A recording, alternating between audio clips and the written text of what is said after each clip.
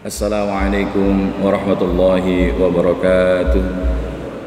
Innal hamdalillah nahmaduhu wa nasta'inuhu wa nastaghfiruhu wa natubu ilaih wa na'udzu billahi min syururi anfusina min sayyiati a'malina may yahdihillahu fala mudilla lahu wa may yudlil falan tajida lahu waliyyan mursyida. Asyhadu an la ilaha illallah wahdahu la syarika lah wa asyhadu anna nabiyyana Muhammadan abduhu wa rasuluhu la nabiyya wa la rasula ba'da. Allahumma fassalli wa sallim ala hadzal nabiyil karim sayyidina wa maulana Muhammad sallallahu alaihi wasallam wa ala alihi wa ashabihi wa man tabi'ahum bi ihsanin ila yaumil qiyamah. Amma ba'd, subhanaka la ilma lana illa ma 'allamtana innaka antal alimul hakim. Allahumma aftah lana qulubana wa alhimna rushdana wahdina ila siratikal mustaqim.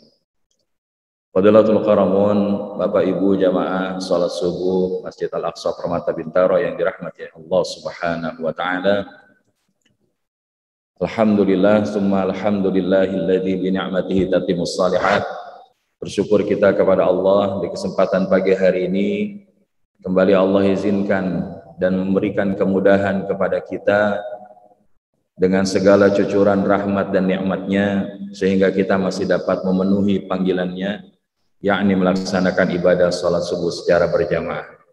Semoga apapun yang kita lakukan dari rumah hingga ke masjid ini adalah semata karena Allah Subhanahu wa taala dan Allah memantaskan ridhonya bagi kita di dalam kehidupan dunia hingga kehidupan akhirat kelak. Salawat dan salam semoga tercurah kepada sebaik-baik teladan Nabi kita Muhammad sallallahu alaihi wasallam beserta dengan segenap para sahabat, keluarga, dan mudah-mudahan sampai kepada kita umatnya yang istiqamah di dalam rangka mengamalkan sunnah beliau hingga akhir kehidupan kita kelak. Bapak Ibu jamaah yang dirahmati Allah Subhanahu wa taala, bagaimana kabarnya pagi hari ini? Alhamdulillah, semoga lafaz hamdalah yang sama-sama kita ucapkan semakin mengokohkan kesyukuran kita kepada Allah.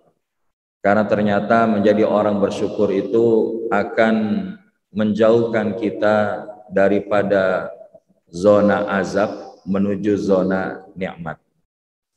Membawa kita menjadi para elit-elitnya Allah. Maksudnya apa? Kalau elit itu jumlahnya sedikit apa banyak dalam satu pasukan, Pak? Sedikit ya. Dan ternyata begitulah yang Allah sebutkan di dalam Al-Quran bahwa jumlah orang-orang yang bersyukur itu sedikit. Qalilum min ibadiyas syakur, qalilan ma tashkurun. Sedikit di antara hamba Allah itu yang bersyukur. Maka bersyukurlah kita kalau hari ini masih diizinkan oleh Allah Subhanahu wa taala di dalam rangka menghadiri di antara taman-taman surganya Allah yang ada di atas muka bumi. Karena ketika Rasulullah menyebutkan hal itu, wahai sahabat, mampirlah di taman-taman surganya Allah di atas muka bumi. Maka kemudian sahabat bertanya, memangnya ada ya Rasulullah? Maka kemudian Nabi menjawab, hilaqid dzikr, yaitu majelis ilmu, halaqah zikr, halaqah ilm, di mana kita kemudian hari ini diberikan kemudahan, baik secara offline ataupun juga Bapak Ibu jamaah lainnya yang hari ini hadir secara online. Dan insya Allah kita akan mengkaji kembali lanjutan dari kajian kita di bulan yang lalu, yaitu tentang la tahzan innallaha ma'ana. Namun sebelum kita masuk kepada pokok pembahasan, kenapa sih kita dalam pertemuan itu selalu mengulang-ulang terkait dengan kondisi kesyukuran kita di pagi hari? Karena hakikatnya ternyata orang bersyukur itu bukan buat orang lain, Bapak Ibu. Tapi orang bersyukur itu adalah kembali kepada dirinya. Sebagaimana salah satu nasihat Luqmanul Hakim yang kemudian diabadikan di dalam Al-Quran ketika berwasiat kepada anaknya. Dan menariknya di dalam tinjauan Al-Quran dan hadis Nabi Shallallahu Alaihi Wasallam, pembuktian cinta seseorang kepada orang lain itu adalah memberikan sebuah kebermanfaatan. Insya Allah di lain kesempatan kita akan mengangkat ada satu tema yang menarik, yaitu tentang wasiat munajat cinta Rasulullah kepada diantaranya sahabat yang ia cintai. Dan ini tentu bukan bermakna hanya kepada sahabat itu saja. Siapapun yang kemudian insya Allah mengikuti sunnah-sunnah beliau, mudah-mudahan menjadi bagian yang dicintainya. Begitupun ketika kita melihat di dalam profil Luqmanul Hakim ini. Karena ketika di dalam Quran surat Luqman ayat yang ke-12, Allah Subhanahu wa taala mengabarkan tentang bagaimana wasiat Luqmanul Hakim kepada anaknya ini. Faqala ta'ala a'udzu billahi minasy syaithanir rajim. Bismillahirrahmanirrahim. Wa laqad atayna Luqmanal hikmata an ishkur lillah wa man yashkur fa innama yashkuru li nafsihi wa man kafara fa innallaha ghaniyyun hamid. Dan sesungguhnya telah kami berikan hikmah kepada Luqman, yaitu bersyukurlah kepada Allah, dan barang siapa yang bersyukur kepada Allah maka sesungguhnya ia bersyukur untuk dirinya sendiri. Dan barang siapa yang tidak bersyukur, maka sesungguhnya Allah Maha Kaya lagi Maha Terpuji. Dan bagaimana kita membuktikan kesyukuran kita kepada Allah? Imam Asy-Syaukani dalam kitab Fathul Qadir menjelaskan bersyukur kepada Allah adalah dengan banyak memujinya sebagai balasan atas nikmat yang diberikan dengan cara melakukan ketaatan kepadanya. Jadi bagian dari kesyukuran itu memuji Allah atas nikmat yang diberikan, sebagaimana ungkapan Ibnu Qayyim Al-Jauziyah rahimahullah di dalam pertemuan sebelumnya. Ya, jadi ketika disebutkan syukur itu hakikatnya seperti apa? Ats-tsana'u 'ala ni'am. Ketika kita membicarakan ataupun menerima nikmat-nikmat Allah wa mahabbatuhu, dan kemudian mencintainya, kemudian wal 'amalu bi ta'atihi, dan kemudian mengamalkan dengan ketaatan kepadanya. Maka begitu juga hari ini, mudah-mudahan kita tidak berhenti di dalam ungkapan yang keluar dari lisan kita. Akan tetapi asyukru yakunu bil qalb wal lisan wal jawari wal hamdu la yakunu illa bil lisan. Syukur haruslah dijalani dengan hati. Maksudnya apa? Menerima di dalam hati, mengakui di dalam hati, tidak ada nikmat sekecil apapun kecuali itu adalah milik Allah. Karena kalau kita merasa, wah kalau hari ini saya bisa begini, sukses hidup saya, rumah saya megah, mobil saya mewah, pangkat saya tinggi, rekening saya enggak kehitung lagi digitnya, maka kalau sedikit saja terselip di dalam hati kita mengakui itu karena hebatnya kita, maka peluang dan potensi sombong itu di depan mata. Tapi kalau kita mengakui sekecil apapun yang hari ini Allah kasih, termasuk bahkan kita bisa nyender kayak begini, nikmat apa enggak Bapak Ibu? Ya kelihatan ini kan ada yang nyender, ada yang enggak nyender ya kan? Yang nyender ini insya Allah mudah-mudahan di antara min ahli suffah ya. Tapi enggak apa-apa, nyender di masjid dengerin kajian itu insya Allah pahala ya. Apalagi yang enggak nyender kan gitu ya. Tapi memang alamiah, intinya ketika kita dikasih kesempatan bisa kayak gini, nikmat enggak Bapak Ibu? Nikmat, mahal itu. Dan kemudian apa? Kemudian kita banyak memujinya dengan hati, lisan, ucapkan alhamdulillah. Ya, kalau kita bangun tidur alhamdulillahilladzi ahyana ba'dama amatana wa ilaihil nusyur. Selesai makan alhamdulillahilladzi at'amana wa saqana wa ja'alana minal muslimin. Itu ungkapan-ungkapan alhamdulillah. Hatta kalau kita belajar dari Rasulullah, keadaan yang ia sukai atau tidak, ucapannya alhamdulillah. Alhamdulillahilladzi bi ni'matihi tatimmus shalihat. Kalau ia melihat yang ia sukai. Ketika Rasulullah melihat yang tidak ia sukai, ungkapan dari Ummul Mukminin, alhamdulillahi ala kulli hal. Artinya apa? Ternyata episodenya di dalam hidup Nabi itu syukur itu selalu hadir. Makanya nggak heran ketika kemudian ditegur oleh Ummul Mukminin saat sholat malamnya yang begitu panjang, maka jawaban Nabi, afala akuna abdan syakura, apakah aku nggak boleh jadi hamba Allah yang bersyukur? Dan inilah yang dimaksudkan daripada apa? Syukur itu juga dibuktikan dengan anggota badan.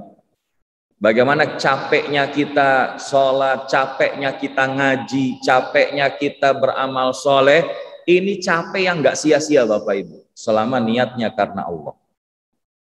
Beda kalau dengan capek-capek yang lain. Kerja dihitung capek nggak Ustaz? Termasuk kerja selama niatnya karena Allah akan menjadi nilai ibadah. Maka semua ini adalah sesuatu yang perlu kita syukuri. Dan oleh karenanya, Bapak Ibu yang dirahmati Allah, karena apa? Di dalam hidup kita itu Allah meminta kita, Allah menuntut kita untuk tidak jadi orang rata-rata. Tapi bagaimana kita bisa menjadi orang yang di atas rata-rata, yang terbaik di dalam episode kita. Surah 67 ayat 2, insya Allah ini sudah hafal semua. Bismillahirrahmanirrahim. Alladzi khalaqal mauta wal hayata liyabluwakum ayyukum ahsanu amala. Allah adalah zat yang menciptakan kematian dan kehidupan untuk menguji kalian. Menguji untuk apa? Yang namanya ujian bisa jadi semuanya lulus ujian, walaupun ada juga yang berpeluang tidak lulus. Namun dari yang lulus itu, maka ada yang terbaik dan ada yang rata-rata. Dan Allah menginginkan kita, ini kan hidup ini Bapak Ibu, ibaratnya kertas ujian. Yang buat soal siapa? Yang buat soalnya siapa? Allah. Pertanyaannya, dikasih kisi-kisinya enggak? Karena kan kalau kita sekolah, anak-anak kita sekolah, ketika sebelum masuk ujian, ada proses belajarnya, betul? Ada penjabaran daripada kisi-kisi ujian, betul? Tapi ternyata mereka yang tidak belajar, mereka yang tidak kemudian mengulang-ulang, memulazamah, memurajaah daripada kisi-kisi itu, maka kemungkinan besar nggak bisa nyelesain ujian itu dengan baik. Dan ternyata Allah sudah berikan kisi-kisi itu dalam 30 juz 114 surat, 6.236 ayat. Ini materi kita sepanjang hidup Bapak Ibu. Apa salah satu contoh kisi-kisi itu? Surah Al-Baqarah. وَلَنَبْلُوَنَّكُمْ بِشَيْءٍ مِّنَ الْخَوْفِ وَالْجُوعِ وَنَقْصٍ مِّنَ الْأَمْوَالِ وَالْأَنفُسِ وَالثَّمَرَاتِ وَبَشِّرِ الصَّابِرِينَ. Dan Allah akan menguji manusia minal khauf, dengan sedikit rasa takut, wal ju' kelaparan, wa naqsin dan kekurangan, minal amwal harta, wal anfus diri, was samarat buah-buahan. Namun Allah apa? Kasih kisi-kisinya kepada kita. Apa itu? Wa basyiris sabirin, dan berikan kabar gembira kepada orang-orang yang sabar. Jadi ternyata episode hidup ini Bapak Ibu hanya repetisi. Repetisi dari orang-orang sebelum kita. Dan di sini kita akan belajar bahwa ternyata di dalam Al-Quran Allah sudah menjelaskan bahwa di dalam Al-Quran ada prototipe, ada pola hidup orang yang sukses dan ada pola hidup orang yang gagal. Pertanyaannya, pilihan kita mau pilih yang mana? Pola hidup orang sukses atau gagal? Sukses. Dan apakah yang zamannya orang beriman itu kemudian enggak akan diuji oleh Allah? Al-Ankabut ayat 2. Ahasiban nas ayyutraku ayyaqulu amanna wa hum la yuftanun. Apakah kalian manusia mengira telah mengatakan beriman kepada Allah sementara belum datang ujian dari Allah? Orang beriman juga pasti diuji Bapak Ibu. Insya Allah bab ini nanti lain waktu akan kita bahas. Karena Imam Al-Ghazali ketika menafsirkan liyabluwakum ayyukum ahsanu amala, salah satunya apa? Allah berikan kita kesusahan, Allah berikan kita kesulitan, Allah berikan kita musibah untuk mengetahui siapa yang paling sabar. Walaupun level sabar itu nanti para ulama beragam menyebutkan. Ada yang sabar di dalam ketaatan, ada yang sabar di dalam menjauhi maksiat, ada sabar ketika mendapatkan musibah. Namun intinya Allah pengen kita hidup itu enggak cepat puas dengan sekedar apa yang sudah kita capai pada hari ini. Dan kita melakukan itu dalam rangka apa? Mempersiapkan bekal di dalam perjalanan pulang kita kembali kepadanya. Kita perlu punya visi apa yang akan kita bawa pulang nanti. Surah Al-Hasyr, ya ayyuhalladzina amanu taqullaha wal tanzur nafsum ma qaddamat lighad wattaqullah innallaha khabirum bima ta'malun. Wahai orang-orang yang beriman, bertakwalah kalian kepada Allah dan hendaknya kalian memperhatikan apa yang akan kalian siapkan untuk hari esok, untuk hari yang akan datang. Dan Allah menutup lagi dengan wattaqullah, dan bertakwalah kalian kepada Allah. Ini kalau dalam satu ayat ada pengulangan perintah hingga bahkan 2 kali, menunjukkan bahwa ini perintah yang enggak sepele, perintah yang enggak main-main. Sebagaimana di dalam ayat lain, ya ayyuhalladzina amanu taqullaha haqqat tuqatih. Ini 2 kali juga disebutkan takwa. Begitu juga dalam Al-Hasyr. Maka ternyata apa? Tidak ada bekal yang paling penting kita bawa pulang nanti Bapak Ibu selain daripada bekal takwa kita kepada Allah. Wa tazawwadu fa inna khairaz zadit taqwa, dan berbekallah maka sesungguhnya sebaik-baik bekal itu adalah takwa. Maka inilah kenapa kita mau ngaji, kenapa kita mau sholat, kenapa kita mau beramal saleh, karena semua adalah pembuktian takwa kita kepada Allah. Dan gak ada yang membedakan antara kita dengan yang lain karena masalah rekening, enggak. Yang membedakan kita dalam pandangan Allah nantinya bukan tentang seberapa kaya atau miskinnya kita, bukan seberapa tinggi atau rendahnya jabatan kita, akan tetapi Allah akan menilai seberapa mulianya takwa kita di hadapannya. Inna akramakum indallahi atqakum. Sungguh yang paling mulia di antara kalian adalah yang paling takwa. Maka Bapak Ibu jamaah yang dirahmati Allah Subhanahu wa taala, jangan sampai kita tuh jadi kepleset dalam urusan dunia. Bangun pagi bukan mikirin Allah, bangun pagi bukan sibuk ibadah, tapi kita sibuk mikirin dunia, capek Bapak Ibu. Bahkan dalam hadis riwayat At-Tabrani, atau kama qala Nabi sallallahu alaihi wasallam, disebutkan man asbaha wad dunya akbaru hammihi falaisa minallahi fi syai'in. Barang siapa yang bangun pagi hari dan dunia lebih besar di dalam keinginan ataupun benaknya daripada apa yang sebaiknya ia pikirkan, maka ia tidak akan mendapatkan apapun dari Allah. Wa alzamallahu qalbahu arba'a khisalin hamman la yanqati'u anhu abada. Dan Allah menanamkan 4 penyakit di dalam dirinya. Apa itu yang pertama? Kebingungan yang enggak ada putusnya.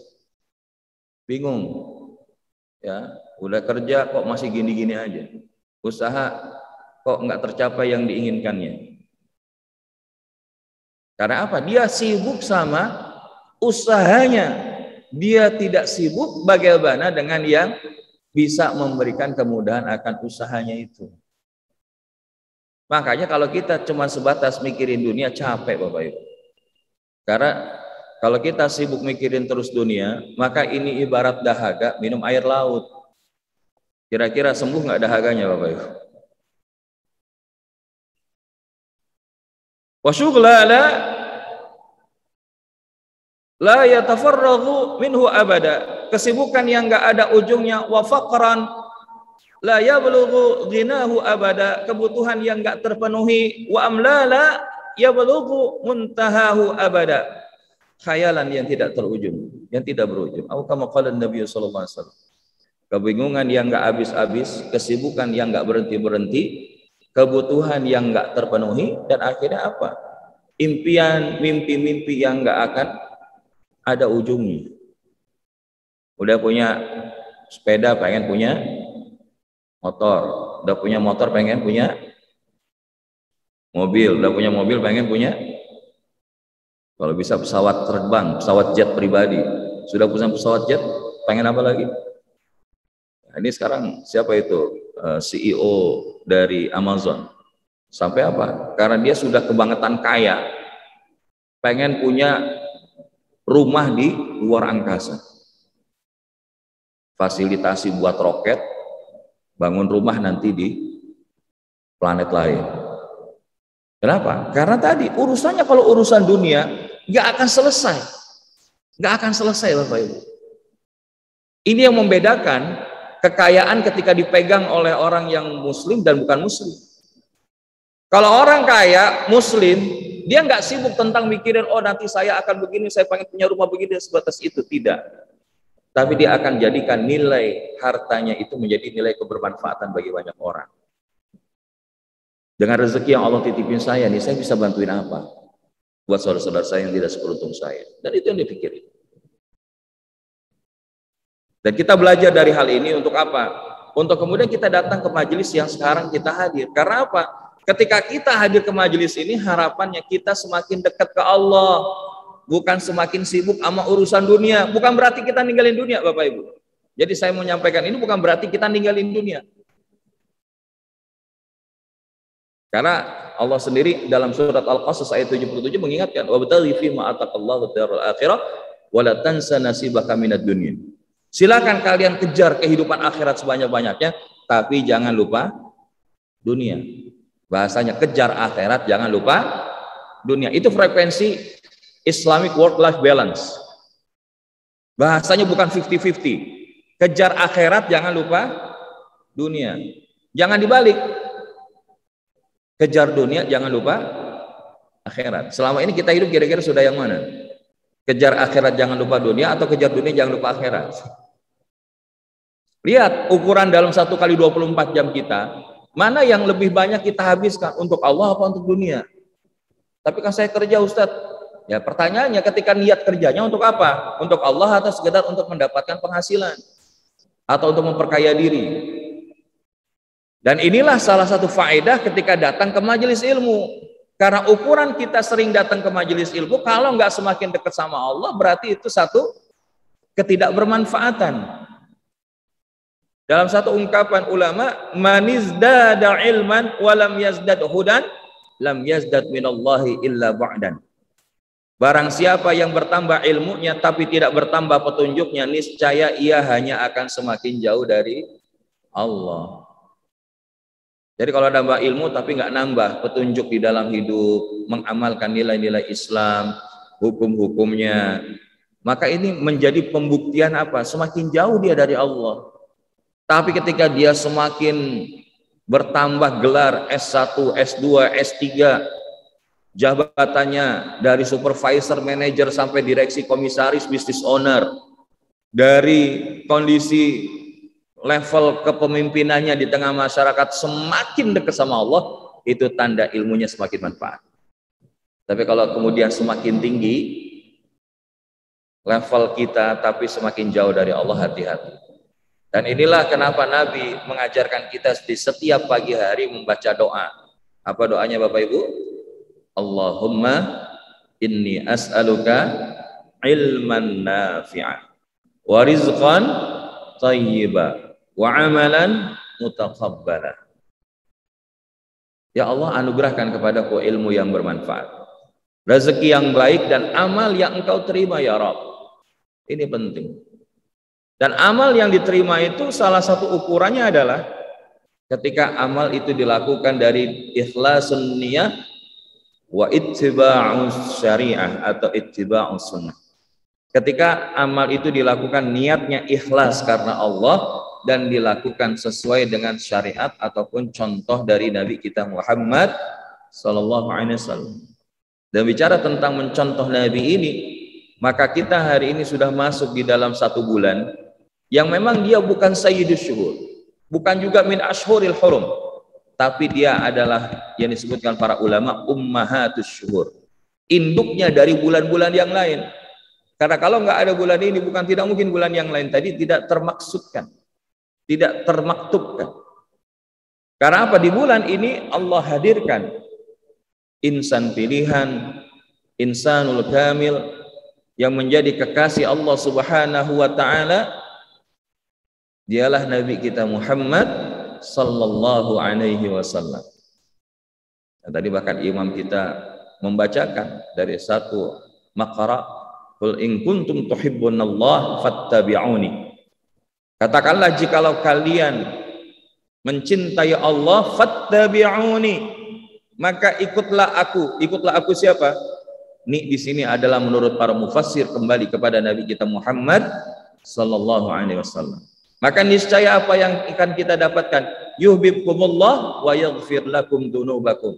Niscaya Allah akan mencintai kalian dan Allah akan mengampuni dosa-dosa kalian.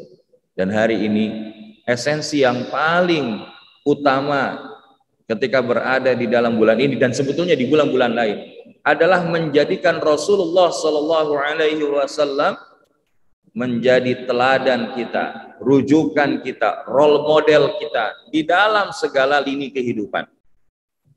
Karena Allah sudah menegaskan, laqad kana lakum fi rasulillahi uswatun hasanah. Sesungguhnya telah ada pada diri Rasulullah sallallahu alaihi wasallam itu suri teladan yang baik. Sebagai seorang suami, sebagai seorang pemimpin, sebagai seorang anbiya wal mursalin, sebagai seorang manusia, semuanya ada. Bahkan dalam urusan hal-hal yang menyangkut jiwa manusia, kalau kita lihat terkait dengan bahasan kita, la tahzan innallaha ma'ana, setiap kita ada kalanya mengalami senang, ada juga yang sedang mengalami sedih, bahagia, duka. Namun bagaimana kita lihat rujukannya dari Nabi kita Muhammad sallallahu alaihi wasallam? Maka kita akan dapati salah satunya ketika kita berbicara tentang bab kesedihan, maka sedih itu adalah bagian dari fitrah manusia. Bahkan ketika Nabi pernah mengalami kesedihan, sebagaimana kita bahas di dalam bulan yang lalu, ada satu tahun disebut dengan Amul Huzni, tahun kesedihan. Karena apa? Di tahun yang itu maka istri beliau Ummul Mukminin Siti Khadijah radhiyallahu anha itu wafat. Begitupun pamannya Abu Talib meninggal dunia. Dan Rasulullah sebagai seorang manusia mengalami kesedihan. Tapi apakah kesedihan Rasulullah itu berlebihan? Tidak. Bahkan Allah menghiburnya dengan peristiwa Isra wal Mi'raj. Seorang sahabat Abu Bakar radhiyallahu anhu ketika berada di Jabal Thur, saat sebagian sahabat-sahabat sudah lebih dulu melakukan hijrah menuju kota Madinah, maka belakangan beliau bersama Rasulullah, karena Rasulullah akan dibunuh setelah konferensi di Darun Nadwah. Disepakati para asasin itu membunuh Rasulullah di rumahnya. Namun Allah Maha Pelindung, Maha Melindungi. Wallahu khairan hafiza. Maka Allah adalah sebaik-baik penjaga. Intinya Rasulullah terselamatkan. Dan beliau meninggalkan rumahnya itu dalam keadaan sehat bersama dengan sahabat Abu Bakar Siddiq radhiyallahu anhu. Namun untuk mengecoh daripada upaya mereka untuk membunuh Rasulullah, maka kemudian melakukan siasat menetap beberapa saat di Jabal Thur. Nah, ketika berada di Jabal Thur ini, Abu Bakar Siddiq radhiyallahu anhu ini merasa takut, khawatir, bahkan sedih. Karena lihat orang lalu lalang depan pintu Jabal Thur itu gitu. Kalau bahasa beliau, kalau mereka nunduk, ini kita pasti ketahuan ya Rasulullah. Nanti bagaimana dengan dirimu? Ini kesedihan nih. Kesedihannya sahabat itu kalau Nabi SAW itu kenapa-napa. Makanya kenapa kemudian kita melihat episode ini menjadi episode yang menarik. Karena di sisi inilah Rasulullah membacakan sebuah ayat dalam Quran surah At-Taubah ayat 40. La tahzan innallaha ma'ana. Janganlah engkau bersedih, sesungguhnya Allah bersama kita. Bapak Ibu, ayat ini kelihatannya sederhana. Tapi kalau kita kemudian merasakan Rahman Rahimnya Allah, kasih sayangnya Allah, kalau hari ini kita sedang ditimpa kesedihan, balikin ke Allah, maka episode sedih itu akan jadi bahagia. Episode duka itu menjadi ketegaran di dalam hidupnya. Dan ketika Al-Fakir membawakan materi ini, kadang-kadang seseorang itu diuji dengan apa yang disampaikan, betul nggak Bapak Ibu? Dalam beberapa kesempatan kajian kita membawakan materi ini. Dan qadarullah ma syafa'al, beberapa waktu lalu istri Al-Fakir mengalami keguguran. Dan pada saat itu ketika disampaikan, Bi, ini kelihatannya ya, ada yang keluar ini sepertinya plasenta. Pada saat itu kita sedang ada kegiatan ta'lim. Ya, kita bilang, kalau memang itu ketentuan dan ketetapan Allah, maka insya Allah pasti ada kebaikannya di balik ini semua.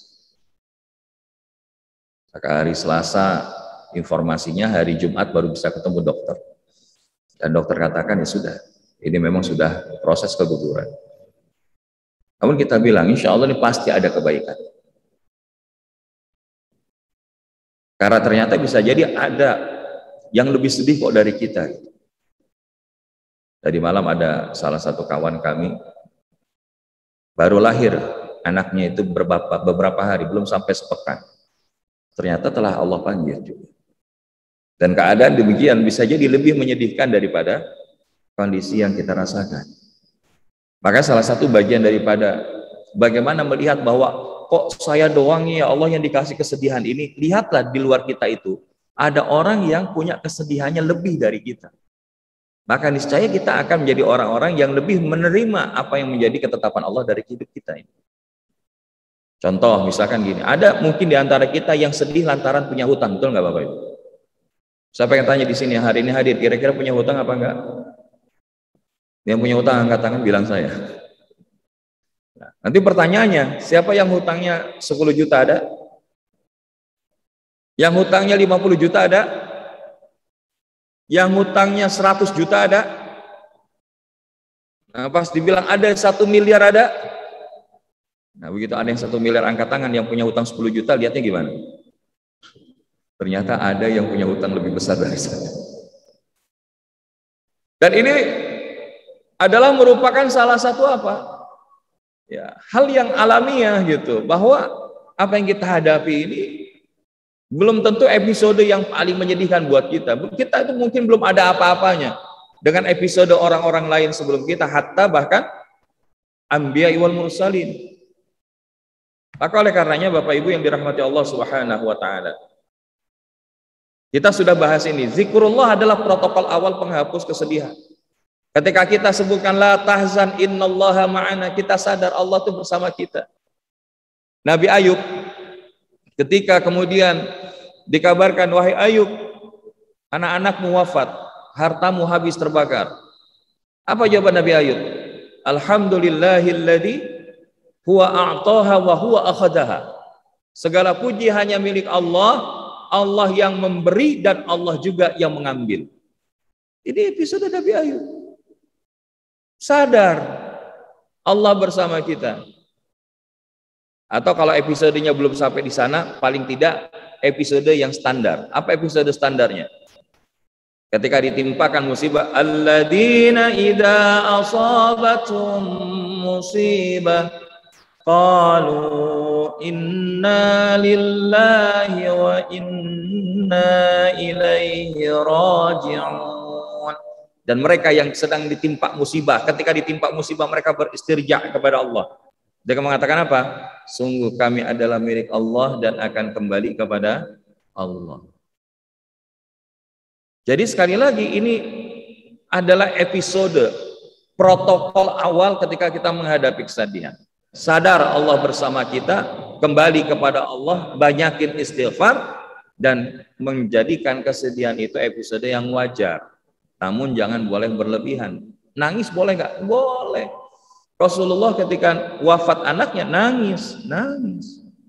Tapi bukan nangis yang meraung-meraung, merobek-robek baju atau pakaian, mencakar wajah. Tidak seperti itu di dalam Islam.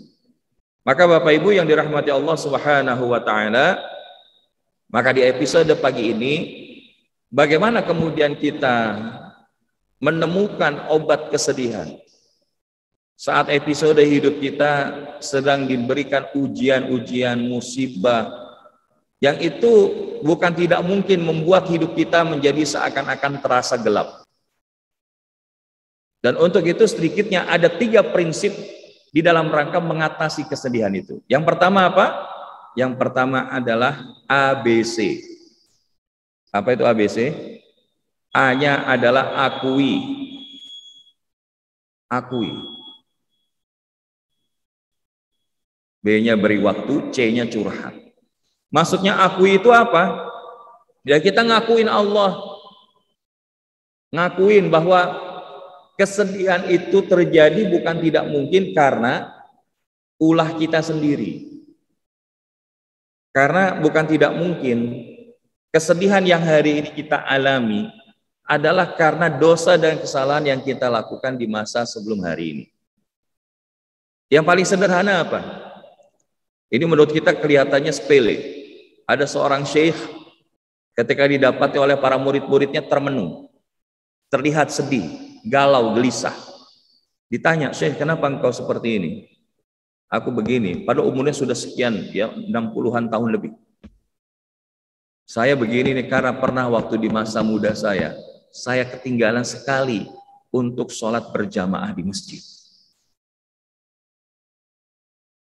Bayangin, buat seorang alim ketinggalan sholat berjamaah di masjid itu satu kesedihan. Nah kalau kita kira-kira berapa kali ketinggalan sholat berjamaah? Maka bukan tidak mungkin kesedihan-kesedihan kita hari ini adalah karena hal-hal yang kita lakukan dan jauh dari Allah. Dan ini belum bicara tentang maksiat, mungkin ada dosa zina kita masa lalu, ada dosa zolim kita masa lalu, ada dosa riba kita masa lalu, atau mungkin bahkan sampai hari ini. Karena apa? Karena ketika kita sadari tadi musibah itu hadir di dalam hidup kita, bima kasabat aidikum, karena ulah tangan kalian sendiri. Ulah tangan kalian sendiri Allah kasih. Nah terus kalau sudah kayak gitu apa yang perlu kita lakukan? Ngaku aja sama Allah. Dalam surah Ali Imran itu dikasih tahu kan rukun taubat itu. Jadi sebelum kita bertaubat ngakuin dulu nih dosa kita apa.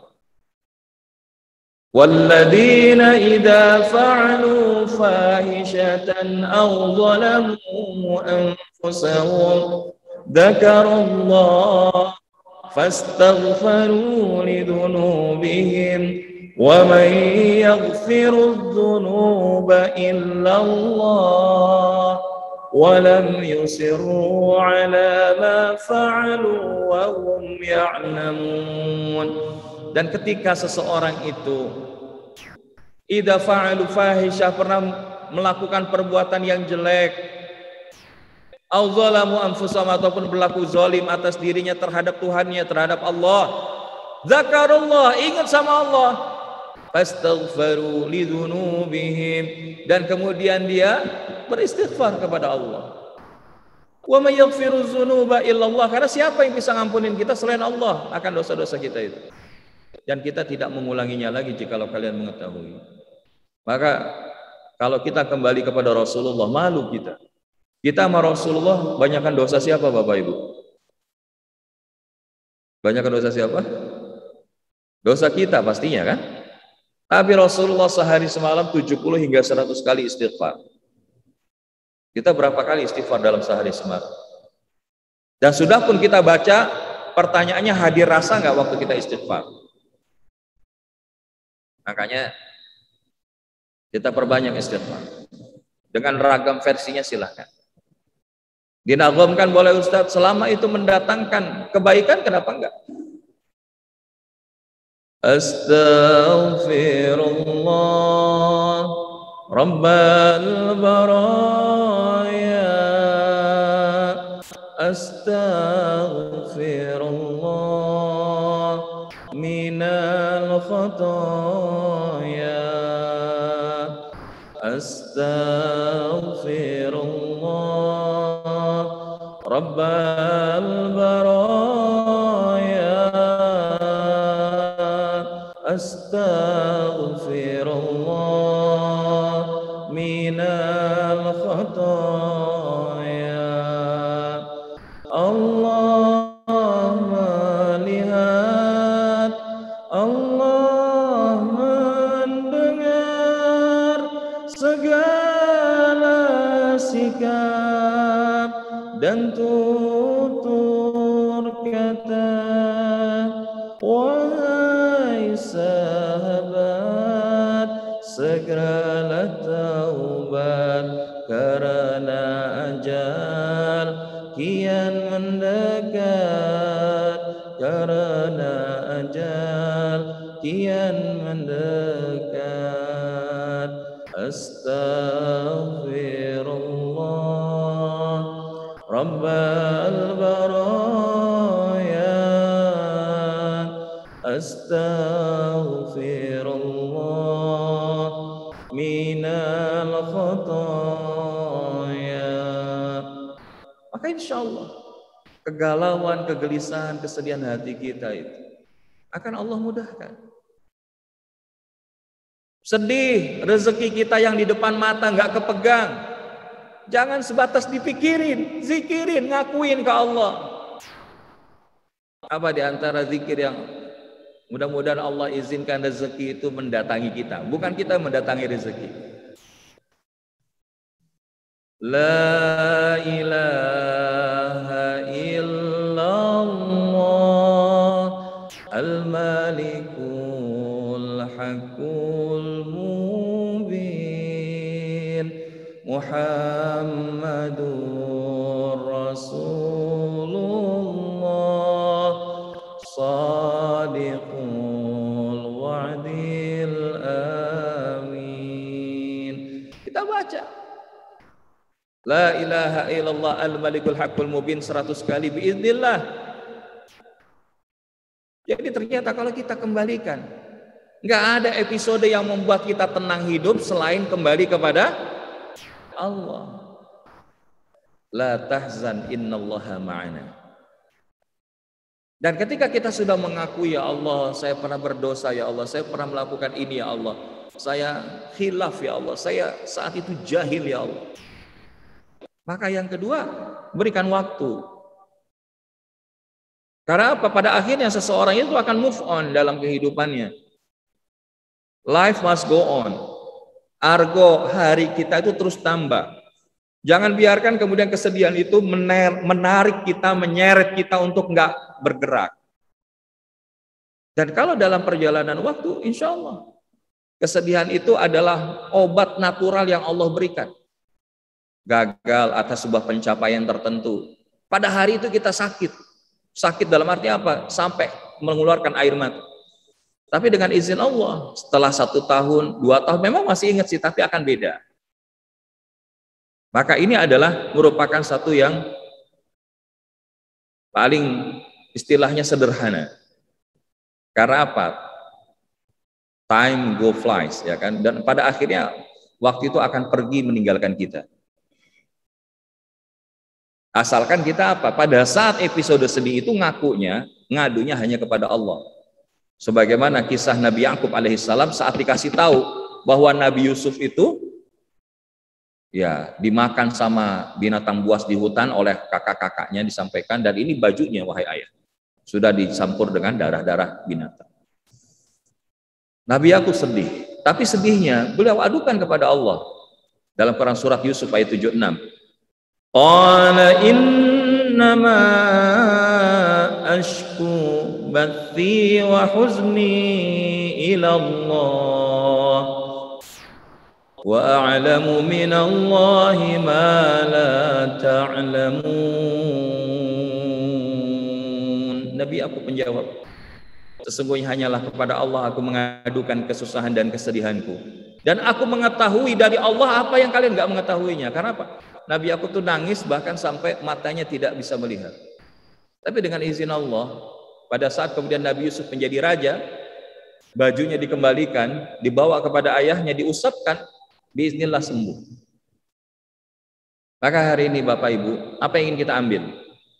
Kalau kita sedih, jangan buru-buru sibuk ngeluh sama orang lain. Betul apa enggak? Kalau kita buru-buru sibuk ngeluh sama manusia, maka itu adalah kita sedang mendesain patah hati yang disengaja. Karena apa? Karena sama manusia nggak semuanya bisa menyelesaikan. Hatta menyelesaikan juga nggak akan paripurna. Yang bisa nyelesain siapa? Allah.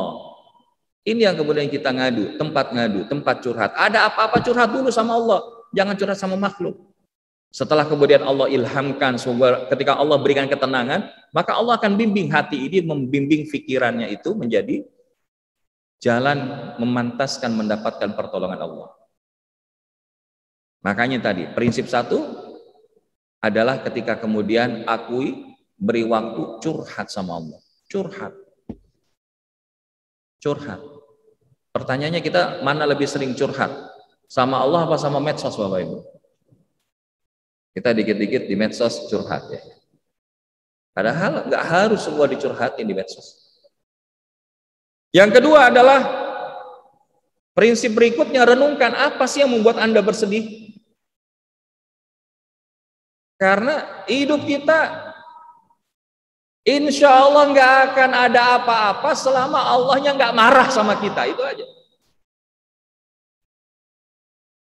Dan nggak ada kesedihan yang membuat kita berlama-lama selama Allah masih ada bersama kita. Jadi apa sih yang membuat kita bersedih? Tapi ketika kita renungkan, menemukan apa sih hikmahnya, apa pesan cinta Allah nih? Kenapa saya kok gagal ya?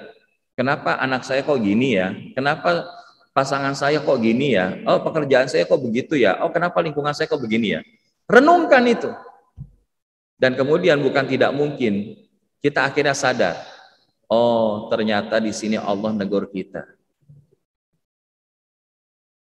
Karena kadang-kadang, seringkali seseorang dikasih hadiah sama Allah, tapi nggak mau nerima bungkusnya. Ibarat kita dikasih coklat sama orang, dikasih coklat tapi nggak pakai bungkus. Kira-kira dimakan nggak Bapak Ibu? Karena yang namanya coklat itu kan bagusnya karena ada bungkusnya, packagingnya. Begitu juga kasih sayang Allah, bukan tidak mungkin Allah turunkan, namun Allah bungkus dengan masalah kita tadi. Allah bungkus dengan ujian kita tadi. Kalau terima bungkusnya, insya Allah pasti akan dapat kenikmatannya. Dan disitulah yang menjadi gerbang kesyukuran. Karena kesedihan bukan tidak mungkin, tidak selamanya bermakna negatif, tapi bisa menghantarkan kita pada bahagia. Dan dari sekian banyak nikmat bahagia itu puncaknya apa Bapak Ibu? Saat kita masih bisa sujud. Inilah puncak kebahagiaan kita Bapak Ibu. Memang pertanyaannya, apakah ini sudah jadi puncak kebahagiaan kita apa belum? Kalau kita sudah bisa menjadikan nikmat sujud itu sebagai puncak kebahagiaan. Karena pada saat itu kita betul-betul mengenolkan diri kita di hadapan Allah. Pikiran kita yang hebat ini nggak ada apa-apanya. Karena apa? Di bawah tempat keluarnya kotoran. Dan di sini kita betul-betul menyerahkan diri kita kepada Allah. Beautiful surrender. Makanya perbanyak sujud. Kenapa ketika Nabi SAW ada sahabat bertanya, Rasulullah, amalan apa yang bisa saya lakukan dan menjadikan jalan Allah ridhoi untuk berada di dalam surga? Perbanyak sujud. Perbanyak sujud. Kita hari dapat nikmat, kira-kira apa? Pesta apa sujud syukur? Dapat masalah, nangis-nangis apa sujud kepada Allah? Karena pada saat itulah jarak antara masalah dan solusi dari masalah kita adalah sejauh dari jarak kening kita dengan tempat sujud. Selama ini kita mikirinnya itu terlalu dipikirin, tapi nggak dizikirin. Makanya dipikirin terus, sedihnya nggak habis-habis. Tapi kalau kita balikin ke Allah, selesai. Masih ada kebaikan-kebaikan Allah lainnya yang Allah bukakan untuk kita. Satu hilang, 1000 datang. Ini yang perlu kita yakini. Maka mudah-mudahan Bapak Ibu, prinsip pertama tadi apa? ABC. Akui, beri waktu dan curhat. Yang kedua, renungkan. Kenapa kita masih sedih? Karena bisa jadi sedih itu adalah menghantarkan kita bahagia. Cuman beda kan gini. Kalau sedihnya karena Allah, ketika kita muhasabah gitu ya, menetes air mata, setelah itu plong apa enggak Bapak Ibu? Tapi kalau kita sedih, kehilangan sesuatu berlebihan, apa yang terjadi? Makin gelisah hidup. Ini beda. Maka yang terakhir adalah lakukan aktivitas yang menyenangkan dan penuh makna. Karena agar ini bisa menjadi di antara aplikasi obat kesedihan bagi yang hari ini kita sedang hadapi, lakukan aktivitas yang menyenangkan dan penuh makna. Di antaranya apa? Jauhi daripada overthinking and social comparison.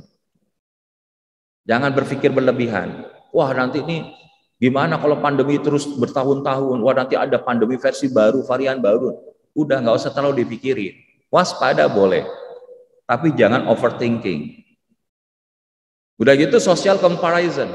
Banding-bandingin. Oh, kenapa kok selama pandemi dia bisa nambah kekayaan, saya kok enggak gitu. Nggak usah kita sibuk kayak gitu. Yang kita pikirin nambah amal apa enggak.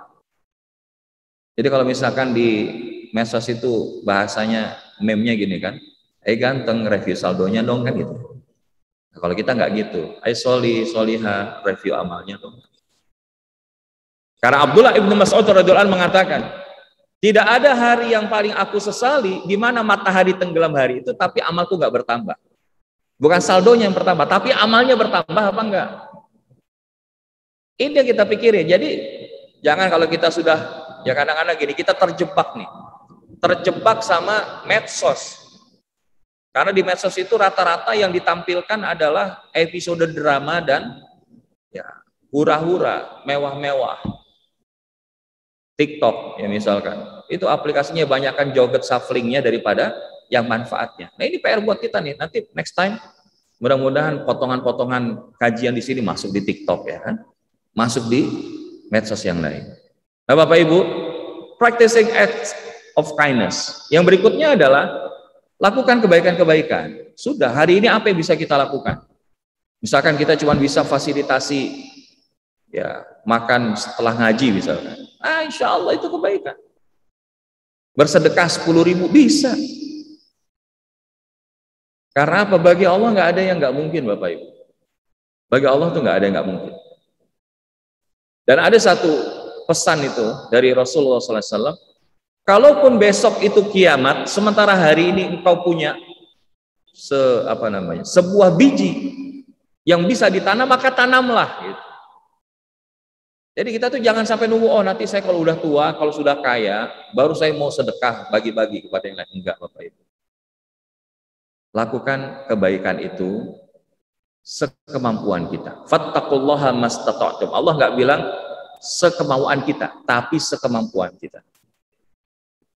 Kemudian peliharalah social relationship. Nah hari ini salah satunya dengan ngaji.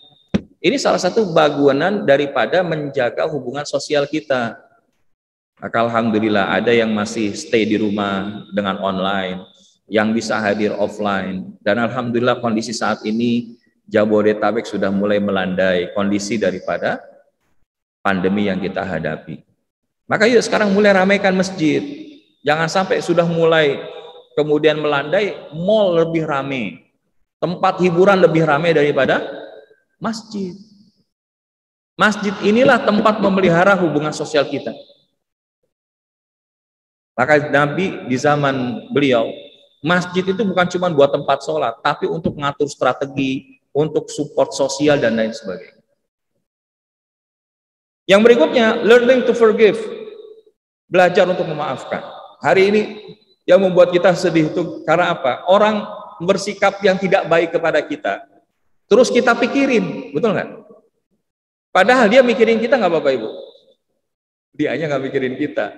Sudah, urusan kita maafin aja. Kalaupun bahkan dia melakukan yang tidak baik untuk kita, itu belum apa-apa dibandingkan Rasulullah. Rasul aja maafin.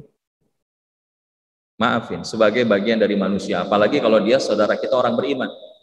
Ruhama'u bainahum, yaitu saling berkasih sayang terhadap orang beriman itu. Jangan sampai kita sama orang beriman cuman gara-gara beda satu kunut yang lain nggak kunut ribut. Cuman gara-gara pemahaman, oh begini cara memahaminya ribut gitu. Maka ketika kita kemarin biiznillah mendapatkan kesempatan bersama 49 dai lainnya dari seluruh Indonesia untuk ikut sertifikasi dai di MUI Pusat. Maka salah satu yang kemudian kita dapatkan dalam proses selama kurang lebih 1 hari itu, bahwa Islam yang ada di Indonesia ini adalah Islam yang rahmatan lil alamin. Yang manhajnya adalah wasatiyah. Wasatiyah itu apa? Yaitu ketika, ya kan wasatiyah itu kalau bahasa kita wasit. Wasit itu nggak boleh miring ke kiri, miring ke kanan. Adil, tegak, lurus, pertengahan. Dan bukan di mana yang moderat itu juga mencampur-campur adukan agama. Nah itu yang menarik. Mari kita dapat itu. Bentuk toleransi kita itu adalah apa? Menghargai saudara-saudara kita di luar muslim untuk menjalankan akidah dan keyakinannya sesuai dengan yang ia yakini. Namun di sisi lain jangan campur adukan. Misalkan ngucapin salam, assalamualaikum warahmatullahi wabarakatuh, kemudian campur dengan salam-salam yang bukan dari Islam, itu nggak perlu. Karena itu namanya mencampur adukan. Kalaupun kemudian di situ ada yang bukan Islam, ya kalau bahasa yang umum kalau mau menambahkan, ya salam sejahtera untuk Bapak Ibu, udah selesai. Tapi kalau kita hari ini terlalu mencampur adukan, urusannya akan semakin keruh. Dan alhamdulillah, inilah peran bagaimana para dai hari ini menjelaskan Islam itu secara wasatiyah. Ya karena nggak semua kita yang hari ini ngaji semuanya sudah punya basic pesantren. Dan tidak semua yang basic pesantren juga pemahamannya sama dengan yang bukan dari pesantren. Maka ini kita coba dekatkan. Furu'iyah yang ada di tengah kita itu kelaziman, saling menghargai saja. Tidak perlu kemudian menjudge satu yang lain itu dengan keburukan. Oh, kalau memperingati Maulid Nabi begini. Ya. Jadi kita berlindung kepada Allah. Hari ini kita lihat hikmahnya. Karena masing-masing punya dalil, masing-masing punya experience. Pendekatannya ada yang tekstual, ada yang kontekstual. Dan kita perlu menggabungkan kedua itu. Dan belajarlah untuk memaafkan, apalagi sesama muslim, sesama mukmin. Jangan sampai cuma gara-gara urusan beda pendapat, wah bertahun-tahun. Padahal apa kata Nabi? Tidak boleh seorang muslim mendiamkan muslim lainnya lebih daripada berapa hari? Kita sudah diamin berapa hari? Ya belajar ya. Karena ternyata memaafkan itu adalah karakter insan pilihan. Karena mana lebih berat, minta maaf atau memaafkan Bapak Ibu? Minta maaf atau memaafkan? Kita pernah bahas ini. Memaafkan jauh lebih berat. Kalau minta maaf itu ATM bisa minta maaf, handphone bisa minta maaf. Mohon maaf saldo Anda tidak cukup. Nah, jadi learning to forgive. Slide terakhir, increasing flow experience. Tingkatkan pengalaman-pengalaman yang membuat kita itu mengalir. Punya hobi apa? Menulis. Misalkan meresum materi kajian, alhamdulillah di sini juga sudah ada yang meresum biasanya ya. Tapi kita buat, ada beberapa teman-teman itu mendokumentasikan sampai jadi satu buku gitu. Dan alhamdulillah sekarang kita dokumentasi di masjid kita ini sudah baik gitu ya. Di YouTube itu sudah ada kanalnya, guru-guru kita siapa itu. Buat resumenya. Bukan nggak mungkin itu jadi satu flowing experience. Ya. Yang hobi nanam, mungkin ya pakai peralon atau apa yang sekarang lagi ramai. Dan kegiatan-kegiatan yang positif itu termasuk sepedaan, silahkan saja. Itu kegiatan-kegiatan yang membuat kita ya insya Allah menyembuhkan kesedihan-kesedihan yang sedang kita alami. Celebrate good news, merayakan atau ya bersyukur kepada Allah atas berita-berita kebaikan. Makanya kalau kita hari ini ada saudara kita mendapatkan satu kesyukuran, setidaknya kita tahniah, mendoakan kebaikan. Karena itu bagian daripada mensyukuri nikmat Allah. Dan yang terakhir adalah physical activity, aktivitas fisik. Ya, alhamdulillah, mudah-mudahan salah satunya kita ngaji ini aktivitas fisik ya. Maksudnya apa? Karena ba'da subuh ini adalah di antara waktu yang penuh dengan keberkahan. Jangan sampai kita pakai buat tidur lagi. Dan insya Allah mudah-mudahan setelah ini kita jalan yang dekat dengan rumah, mungkin berbeda jalan gitu ya, muter dulu ke pasar modern baru balik ke sini. Ya boleh juga sih kan. Karena apa? Biar ada physical activity. Dan insya Allah mudah-mudahan dengan hati yang kuat Allah hadirkan jasad yang kuat. Jangan dibalik. Bukan semata-mata dibalik jasad yang kuat ada hati yang kuat. Kalau dalam perspektif tauhid kita, di dalam hati yang kuat ada fisik yang kuat, insya Allah. Dan mudah-mudahan 3 hal inilah yang menjadi prinsip bagaimana kita mengatasi kesedihan. Wallahu a'lam bishawab. Mudah-mudahan disampaikan ini ada manfaatnya. Dan apabila ada pertanyaan barang 1 atau 2, falyatafaddal masykuran. Hadanallahu wa iyyakum ajmain wal afwa minkum.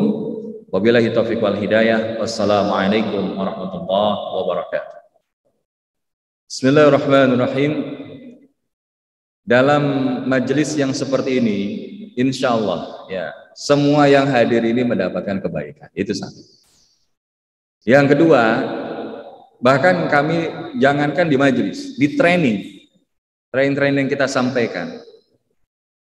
Ya, apalagi training yang di situ kemudian memang kaitannya dalam urusan mendekatkan diri kita kepada Allah. Kita bilang gini, Bapak Ibu, kalau hari ini kita lihat ada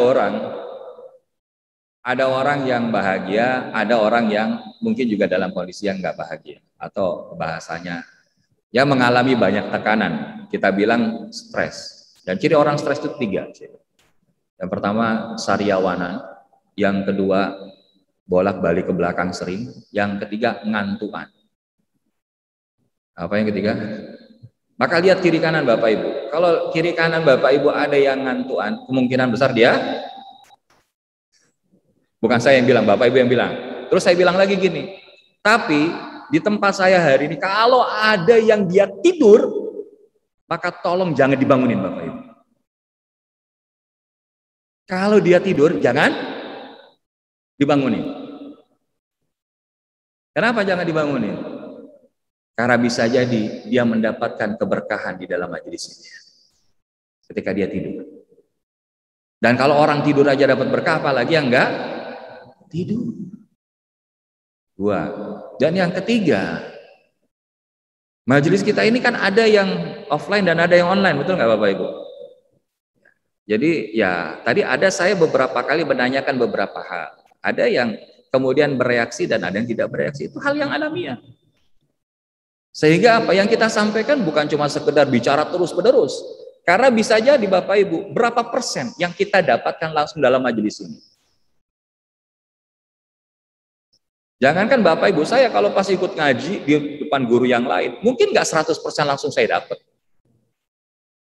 Dan nanti saya akan melakukan apa? Murojaah, mulazamah. Mungkin bisa jadi nanti dilihat lagi catatannya, dilihat lagi tayangan videonya. Karena apa? Ilmu tidak akan menghampiri orang yang bermalas-malasan, Bapak Ibu.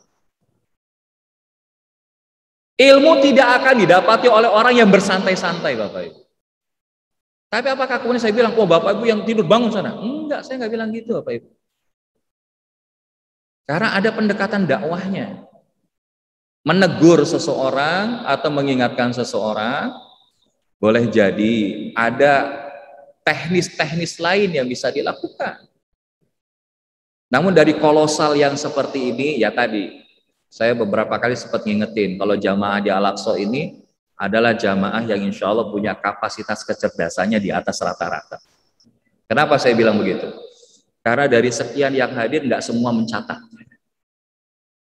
Kalau kita belajar benar, apa yang kita lakukan? Saya lihat ada beberapa yang alhamdulillah keluarin handphone catat, ada yang sedikit catat. Karena apa? Sayyidina Ali bilang, ikatlah ilmu dengan mencatat. Saya kalau pas giliran ngaji, kalaupun saya nggak bawa kertas, handphone saya note saya tulis. Apa poin-poin yang menarik untuk kemudian ditelaah lebih jauh? Apa hikmah baru yang saya dapat? Dan ini bicara tentang apa? Karakter masing-masing di setiap kita. Maka mohon maaf kalau tadi cara saya menyampaikannya begitu. Karena bagi saya ya bab hidayah itu memang adalah pilihan Allah. Tugas kita memaksimalkan sekemampuan kita, dan insya Allah saya akan perbaiki. Kalau memang ya saya perlu mengajak dan saya ingetin nih, berarti di alat saya ini kalau nanti ada yang tidur saya bangunin gitu ya Pak. Atau setidaknya saya ingatkan. Karena apa? Karena di dalam hal-hal seperti ini dalam proses pembelajaran kita belajar keberkahan ilmu itu bukan tentang bagaimana seorang murid itu guru itu menyampaikan, seorang pemateri itu menyampaikan, tapi seberapa kuat keinginan kita untuk mendapatkan, itu yang membedakan. Dan tugas kita salah satunya apa? Sebelum kita mulai ta'lim ini, kita doakan siapapun yang hadir di majelis ini, semoga Allah hujamkan pemahaman. Maka kenapa di awal saya suka memulai dengan baca apa? Allahumma ftah lana qulubana.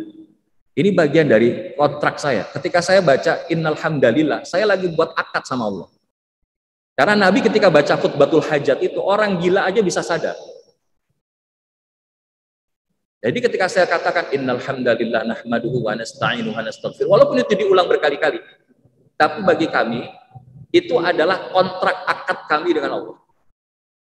Nahmaduhu wa nasta'inuhu wa nastaghfiruh wa natubu ilaihi wa na'udzu billahi min syururi anfusina wa min sayyiati a'malina.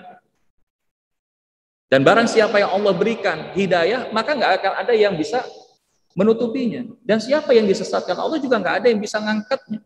Bukan karena hebatnya kita.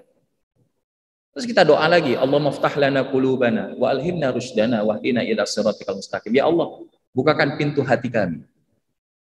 Berikan petunjuk, ilhamkan kami petunjuk. Wahdina ila siratikal mustaqim, dan temani kami ya Allah untuk terus berada di jalan yang lurus. Dan Nabi dalam satu kesempatan lain menyampaikan, memang ilmu ketika disampaikan itu ibarat tanah. Ada yang ketika tanah dicirami hujan, tumbuh subur buah-buahan, pohon-pohonan, tapi ada yang cuma nampung air saja. Tapi ada juga yang tandus, ngalir, maksudnya ngalir itu ya tidak jadi manfaat, cuma mengalir saja, habis, kering. Insya Allah di bulan depan kita akan mention hadis itu. Jadi insya Allah terima kasih Pak Haji sudah memberikan masukan, dan mohon maaf sekali lagi kalau tadi saya mungkin berbicara terlalu cepat gitu ya. Kalau ada hal-hal lain nanti monggo bisa di review kembali tayangan videonya. Kalau ada hal-hal yang masih perlu diperdalam lagi, insya Allah bisa kita perdalam. Mungkin seperti itu ya Pak ya, mudah-mudahan bisa menjawab. Terima kasih. Bismillahirrahmanirrahim. Jadi Allah Subhanahu wa taala menyampaikan di dalam Al-Qur'an itu ada kalanya mendahulukan kehidupan baru kematian. Ada kematian kemudian kehidupan. Maka menurut beberapa tafsiran, yang pertama adalah ini menjelaskan sunnatullah kehidupan. Bahwa sunnatullah kehidupan itu asalnya kita dari tiada, kemudian ada, kemudian tiada, dan ada, kemudian kita kembali kepada Allah. Itu ada dalam surat Al-Baqarah ya. Jadi kita diciptakan Allah dari asal yang nggak ada, kemudian dijadikan ada, kemudian setelah ada kita tiada lagi, mati yang kedua, atau mati di mana kita meninggalkan dunia ini, kemudian diciptakan atau dibangunkan kembali kita menjadi ada, dan kepadanya lah kita akan kembali kepada Allah. Nah, dimisalkan di dalam ayat yang lain surat Al-An'am, Qul inna salati wa nusuki wa mahyaya wa mamati lillahi rabbil alamin.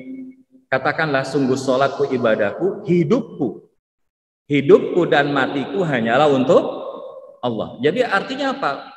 Proses ketika Allah mengawali dengan kata hidup baru kemudian mati, ini adalah tentang orientasi hidup kita. Apa yang akan kita tuju? Tapi ketika Allah menyebutkan alladzi khalaqal mauta, Allah ciptakan kematian, wal hayata, dan kehidupan. Ini artinya apa? Proses di mana amal-amal kita, proses perbekalan yang kita akan bawa setelah kematian kita. Maka di situ kita udah nggak bisa beramal lagi. Tapi di situ disebutkan oleh Allah, liyabluwakum ayyukum ahsanu amala. Sebagaimana tadi kita bahas bab ujian. Pada saat diperiksa, itu kan nggak semuanya dapat skor 100, Bapak Ibu. Nah, ada yang dapat skornya itu mungkin hanya 70, 80, 90. Nah, disitulah episode amaliyah kita itu akan dinilai oleh Allah Subhanahu wa taala. Maka tadi saya sampaikan, Imam Al-Ghazali menafsirkan ahsanu amala itu, satu, Allah menguji kita dengan ibadah untuk mencari siapakah yang paling ikhlas. Dua, Allah memberikan kita masalah untuk menguji siapakah di antara yang paling sabar. Tiga, Allah menguji kita dengan dosa untuk mencari siapakah di antara kita yang paling bersegera bertaubat. Empat, Allah menguji kita dengan nikmat untuk mencari siapakah yang paling bersyukur. Coba lihat. Jadi kalau proses hidup dulu baru mati, ini kaitannya dengan input yang kita lakukan. Tapi kalau mati dulu baru hidup, nah ini kaitan dengan output yang kita hasilkan. Dan mudah-mudahan insya Allah kita diizinkan oleh Allah Subhanahu wa taala melakukan yang terbaik di dalam persiapan sebelum kita menjemput kematian itu. Wallahu a'lam. Mudah-mudahan bisa menjawab ya Pak. Bismillahirrahmanirrahim. Ibadah itu ada ibadah qalbiyah dengan hati. Ada ibadah jasadiyah atau jismiyah dengan fisik. Dan ada ibadah maliyah dengan harta. Nah, kaitan dengan harta ini, maka ada jalan bagaimana kita menjadikan yang dititipkan Allah ini menjadi sarana mendekat kepada Allah. Dan bagaimana cara kita melakukan ibadah terbaik dengan harta-harta kita? Ya gunakan di jalan Allah, itu satu. Yang kedua, saya sudah ziz. Ziz itu apa? Zakat, infak, sedekah. Maka kita perlu tahu, saya sudah pernah bahas atau belum ya? Jadi kalau kita lihat ini circle besar, namanya sedekah.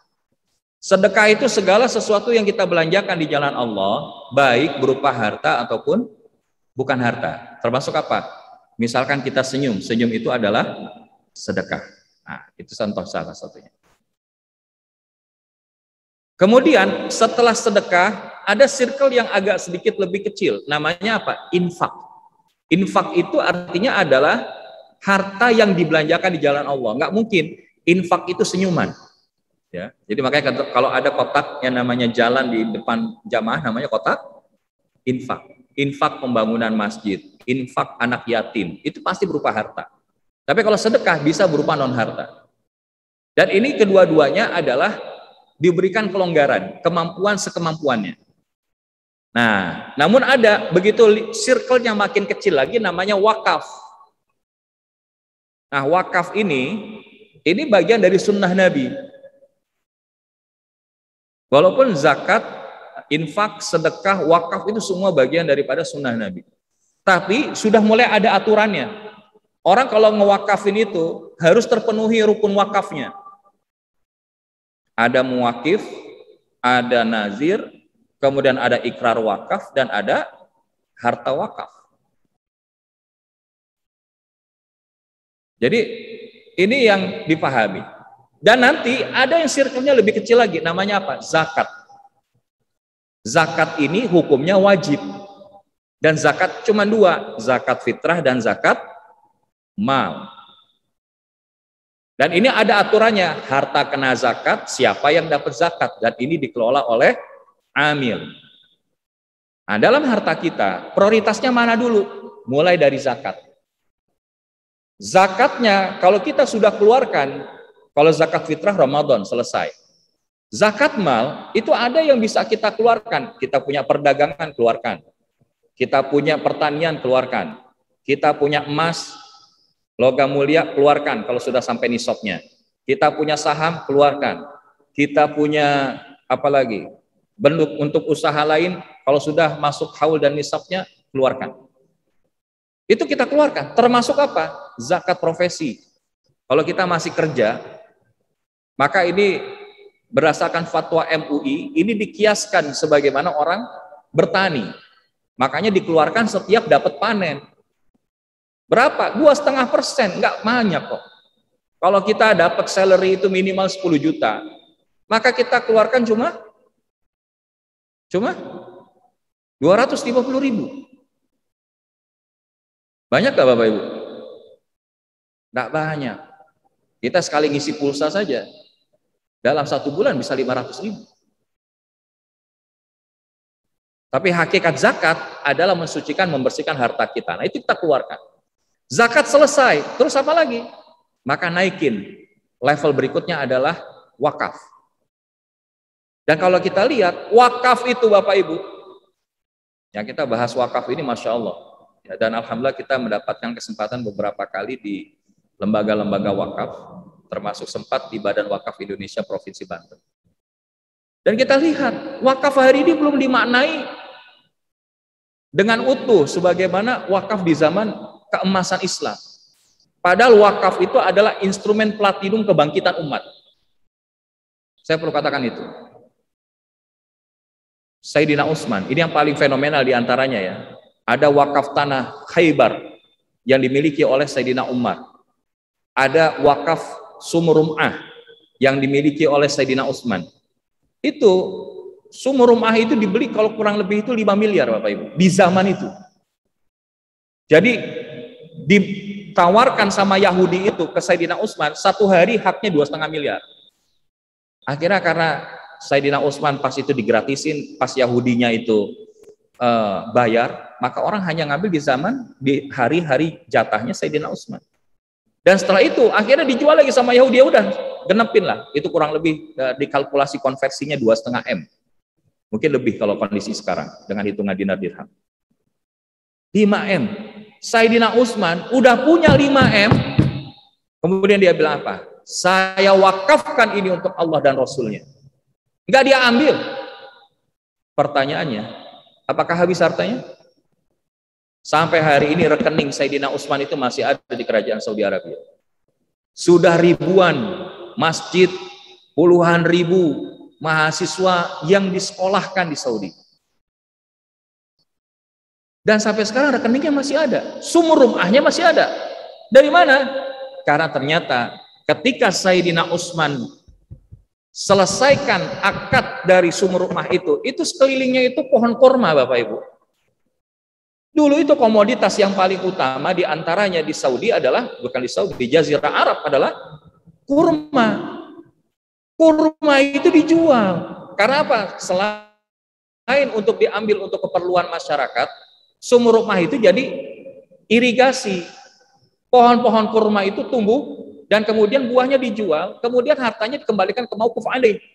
Makanya dalam pengelolaan wakaf, 80% daripada hasil profit pengelolaan wakaf itu dikembalikan ke mauquf alaih. 20%-nya baru buat nazir dan operasional. Jangan dibalik. Makanya wakaf itu tidak impromptu. Misalkan gini, saya wakaf tanah nih, terus ya nanti dari tanah itu saya dapat gaji. Nggak bisa gitu. Tanah itu dikelola dulu. Nah sayangnya pemahaman kita, wakaf itu baru di level sosial, belum sampai di produktif. Kita kalau punya rezeki, udah deh saya wakaf buat kuburan, saya wakaf buat masjid, itu bagus. Tapi sekarang waris di Singapura, itu lantai atasnya masjid, di bawahnya itu apartemen dan perkantoran. Jadi produktif. Di Indonesia sudah ada beberapa aset produktif wakaf juga. Walaupun dinamika masalah wakaf juga nggak sedikit. Ketika sudah diselesaikan pada BWI, dibangun apartemen, tiba-tiba anak cucu generasi ketiga bilang, oh ini tanah engkong saya. Akhirnya apa? Kles. Makanya sekarang wakaf, badan wakaf itu menggandeng BPN supaya apa? Akta-akta wakaf itu clear. Karena yang dimaksud dengan wakaf adalah menyerahkan kepemilikan kita menjadi kepemilikan Allah. Nah ini wakaf aja Bapak Ibu. Kalau kita punya harta lebih, misalkan tadi saya sudah zakat, infak, sedekah, apa yang belum? Wakaf. Wakaf. Hari ini dengan wakaf ini harusnya umat bisa berdaya Bapak Ibu. Cuman kita baru melihatnya apa? Oh bangun kuburan. Nah, kalau infak sedekah itu yang umum, infak anak yatim, infak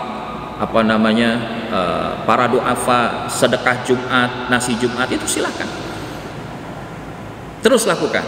Namun yang saya ingin dorong di dalam kesempatan ini, yuk kita gerakkan budaya wakaf is my lifestyle, because everybody can be wakaf atau muwakif. Setiap orang itu bisa menjadi muwakif. Nggak harus tunggu kaya kalau kita baru berwakaf. Karena mindset kita gini, oh kalau saya punya harta dulu saya bisa wakaf. Enggak. Sekarang ada wakaf uang, ada wakaf melalui uang. Nah, bab yang tentang ini lain waktu kita akan bahas. Namun yang ingin saya sampaikan adalah apa yang bisa kita lakukan dengan harta kita. Harta kita itu di Islam, kalau kita tumpuk, itu nggak akan jadi manfaat buat kita, Bapak Ibu. Karena ketika kemudian kita meninggal, bahkan jadi rebutan. Bukan tidak mungkin, bahkan menjadi sebab permusuhan. Tapi kalau kita berdayakan untuk kebermanfaatan dan untuk umat, maka inilah yang menjadi salah satu life guarantee kita di hadapan Allah nanti. Dan bab sedekah itu, kalau kita, apalagi Ustadz saya sudah sedekah tiap hari, bahkan tiap pagi kalau bisa sedekah gitu ya. Kenapa? Karena begitu kita sedekah tiap pagi, diturunkan malaikat yang mendoakan, ya Allah, ya Allah, ini harus diambil ya. Ya Allah, gantilah orang yang sudah menginfakkan hartanya. Maka kita budayakan sedekah pagi kan, gitu ya. Infak pagi. Mungkin setelah ngaji ini kita buat nih program apa yang sekarang sedang dekat dengan kita. Dan bahkan kemarin kita sudah sampaikan ya Bapak Ibu ya, kita ada guru-guru ngaji di yayasan binaan, nggak bisa ngajar hampir berapa bulan, hampir setahun lebih. Tapi kesejahteraan kan harus dipikir. Kita challenge apa? Akhirnya mereka bilang budidaya bebek pedaging. Alhamdulillah sudah mulai running, sudah mulai ada produk yang bisa dihasilkan. Dan ada beberapa lembaga, termasuk salah satunya lembaga wakaf. Dia bilang, Ustadz, ini kalau boleh jadi salah satu portofolio project wakaf kami. Silahkan. Karena apa? Wakaf is business. Kalau kita hari ini memahami wakaf itu tidak letterlek, berapa banyak kebermanfaatan yang bisa umat rasakan. Hari ini ya warung kelontong itu sebentar lagi bisa jadi nggak bertahan karena kalah dengan mart yang ada. Dan mart ini kan sistemnya adalah networking. Kita itu majority, kita itu umat Islam, tapi kita ya hanya sibuk jadi konsumen, nggak sibuk berpikir bagaimana kita jadi produsen. Caranya gimana? Minimal sederhana. Kalau hari ini ada saudara kita yang sedang jualan, beli. Itu salah satu langkah sederhana saja. Kita punya rezeki lebih nih. Lihat ada saudara kita, mungkin jualannya hanya sekedar berapa ribu rupiah, berapa puluh ribu rupiah, beli. Itu salah satu kita mensupport saudara kita. Kita kalau bukan yang punya saudara kita, tapi dikemas dengan marketing yang bagus, dengan copywriting yang hebat, wah langsung kita itu kayaknya nafsu, walaupun harus indet, walaupun harus PO. Nah ini pembelajaran supaya apa? Harta yang Allah berikan kepada kita itu, karena nanti di yaumul akhir akan ditanya, min aina iktasabah wa fima anfaqah.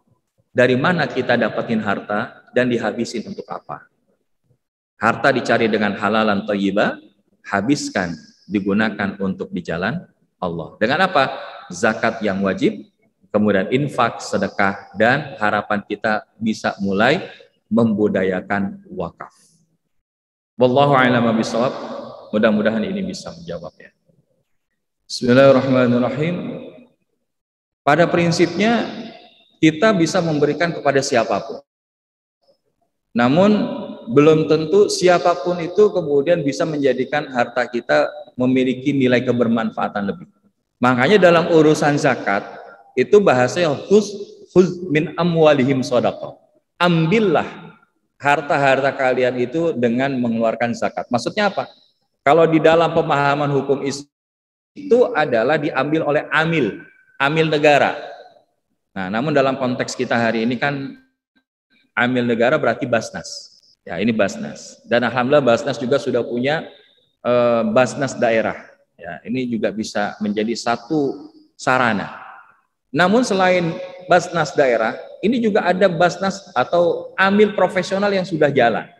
Ya, misalkan kalau saya sebut diantaranya ada rumah zakat, ada ACT, ada dompet duafa. Ya, ini memang secara platform dan laporan keuangannya juga jelas dan sudah dapat WTP di setiap diaudit, gitu ya. Jadi insya Allah transparan, terbuka, informasinya juga clear.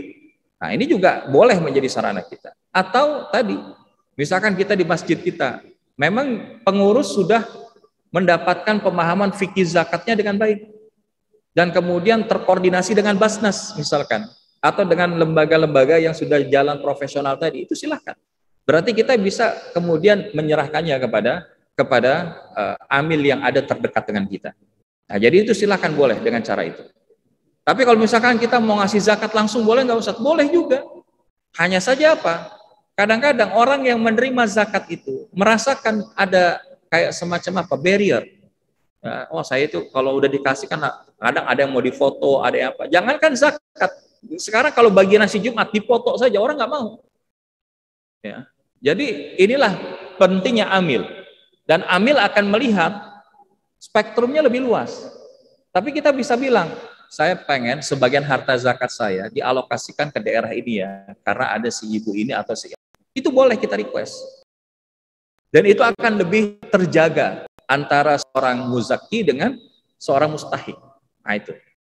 Yang kedua, kaitan dengan wakaf. Wakaf juga hari ini kita kadang-kadang gini, kita percaya sama seseorang, agama atau seorang guru, sudah saya wakaf ke ustadz saja, ke kiai saja. Tapi setelah itu tidak ada ikrar wakaf dan tidak ada pencatatan. Di episode guru kita, itu aman. Tapi guru itu punya keluarga, punya anak, dan seterusnya. Nanti bukan tidak mungkin ada persengketaan, oh ini punya orang tua saya, pengakuan. Nah itu bahaya. Makanya sekarang prosesnya juga menjadi nazir, ada sertifikasinya. Sertifikasi dari Badan Wakaf Indonesia.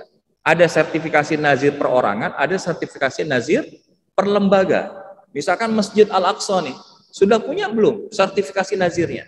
Kalau tidak ada, menginduk kepada lembaga-lembaga yang sudah ada. Misalkan tadi, ya selain BWI, ada BWI daerah, kemudian juga ada BWI ya ada atau lembaga wakaf yang profesional di antara tadi. Ya kalau di Aceh itu ada namanya Global Wakaf. Kalau di Dompet Duafa ada namanya Tabung Wakaf. Di Bandung itu ada namanya Sinergi. Ya, jadi banyak beberapa lembaga profesional yang kita bisa lihat portofolionya itu di medsos, di internet. Kita bisa selancar dulu. Kalau kita masih ragu, kita telepon. Dan program-programnya itu Masya Allah. Ada yang misalkan dekat dengan dunia pendidikan, Wakaf Salman ITB, ada. Bahkan Wakaf Salman ITB itu di pojok buat coffee corner. Coffee corner ini dari apa? Instrumen wakaf. Dan itu Masya Allah. Makanya salah satu dream ya, kalau saya bilang dream gitu. Kalau umat Islam di negeri ini, wakaf sudah jadi lifestyle, insya Allah nggak ada orang miskin. Karena apa? Zakatnya selesai. Target zakat apa? Mengentaskan kemiskinan, merubah dari mustahik jadi muzaki, itu target zakat. Dan kalau wajibnya sudah, maka asumsinya kalau dia sudah rajin wakaf, insya Allah zakatnya udah beres. Termasuk kalau kita infak sedekah. Nah, boleh nggak kita berikan langsung? Boleh. Apalagi kalau kita lihat dia kenalan kita, teman kita, atau sahabat kita, atau mungkin dan sejauh apa, kita akan tanya, nanti tolong kalau memang ada informasi laporannya, tolong diinfokan. Nah dari situ kita bisa menilai, apakah worth it untuk dilanjutkan lagi tahapan berikutnya atau tidak. Nah, jadi di satu sisi kita membuka ruang untuk melihat potensi-potensi itu ada sekeliling kita, di satu sisi lagi kita juga boleh berikhtiar, hati-hati. Ya, jadi kalau lihat, oh laporannya bagus, penjabarannya jelas, insya Allah sampai, why not? Gitu. Jadi kaitannya seperti itu ya Pak ya. Jadi dalam kaitan bermedsos, memang bahkan kemarin itu saya ikut sebuah webinar itu, tren digital itu makin hari makin mengarah ke sana. Sekarang itu cashless gitu ya. Kita melakukan apa-apa itu sekarang tap selesai. Maka kalau hari ini dalam wilayah zakat, infak, sedekah, wakaf masih konvensional, dalam arti apa? Harus ketemu, walaupun itu ada kebaikan dan keberkahan di situ, tapi dari sisi kemudahannya itu enggak user friendly. Makanya sekarang platform digital dari lembaga zakat, wakaf, infak, sedekah itu sudah mengikuti progres ini. Dan alhamdulillah tadi saya sebutkan ada Basnas untuk lembaga zakatnya, BWI dari pemerintah sekarang juga sudah bisa kita akses. Yang profesional lainnya tadi ada Dompet Duafa, ada ACT, ada Rumah Zakat, ada Synergy Foundation, ada beberapa lagi yang lain. Insya Allah itu bisa kita lihat semua dan itu terbuka.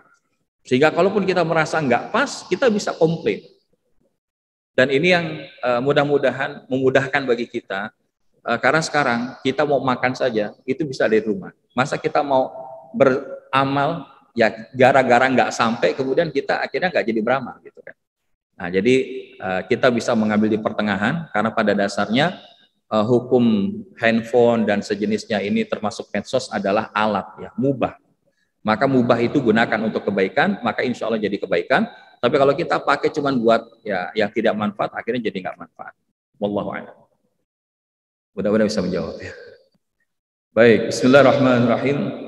Yang perlu kita yakini begini, Allah tidak pernah memberikan sesuatu ujian, kesulitan, kesusahan itu kecuali sesuai dengan kemampuannya. La yukallifullahu nafsan illa wus'aha. Ini dulu nih.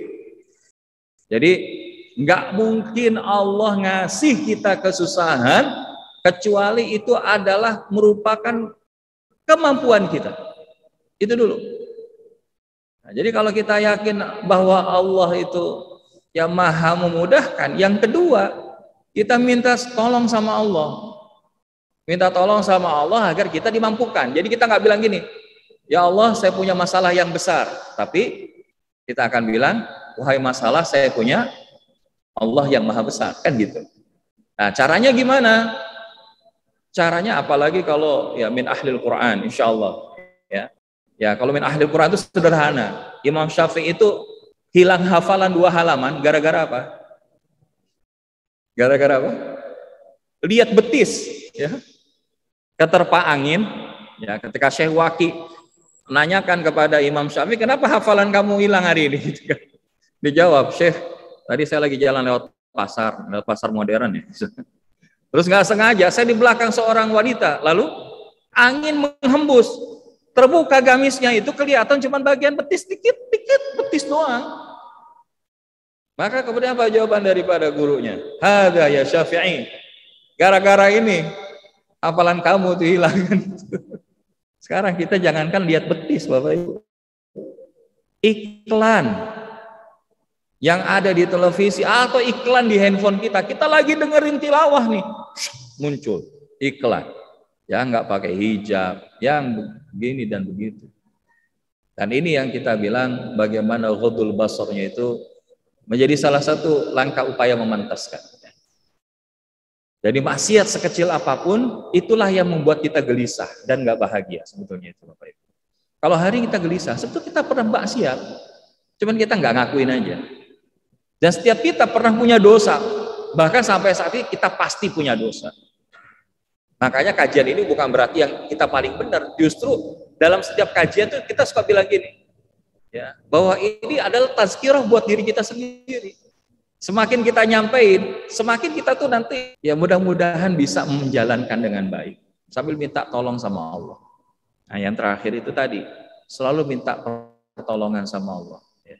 Bahasa yang minta pertolongan sama Allah itu gimana? Allah sudah menyebutkan iyyaka na'budu wa iyyaka nasta'in. Hanya kepada Allah kita menyembah dan hanya kepada Allah kita minta pertolongan. Dan pada dasarnya semua kesusahan, kesulitan, kejadian yang terjadi skornya adalah netral. Ya. Event atau kejadian. Plus titik-titik sama dengan R, result atau hasil. Apa yang mempengaruhi kejadian, kesusahan, kesulitan itu bisa menghasilkan hasil positif atau negatif? Apa Bapak Ibu? Jawabannya adalah R. Di tengahnya itu ada R. R itu apa? Respon.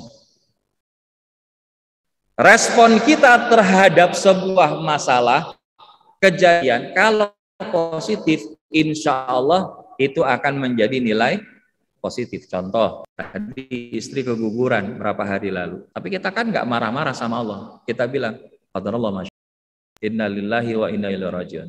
Pasti Allah punya yang terbaik di balik semua. Setelah kita bilang itu apa? Ya sudah, kita menerima kalau ini ketentuan dari Allah. Kita nggak ngoyo gitu. Kenapa? Why me ya Allah, why me gitu. Enggak kita. Nanti kalau Allah jawab why not, kan repot juga kan urusan. Nah, jadi begitu kemudian kita memberikan respon yang positif, insya Allah hasilnya juga akan positif.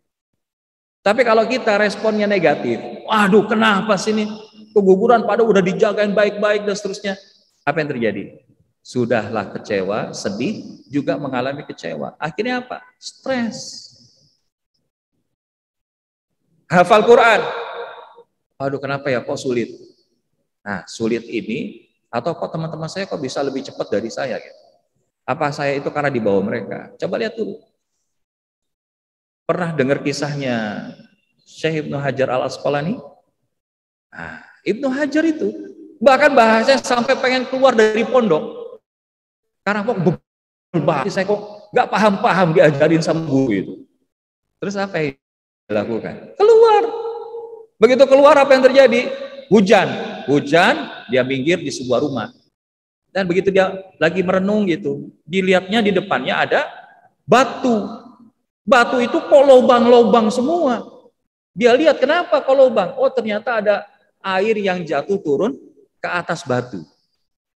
Dari situ kemudian beliau katakan, kalau batu yang keras saja bisa lobang gara-gara air yang jatuh. Dan itu berkali-kali kan, rutin, istiqomah, mulazamah gitu. Masa iya akal manusia nggak bisa paham? Balik ke pondok dan beliau jadi ulama besar.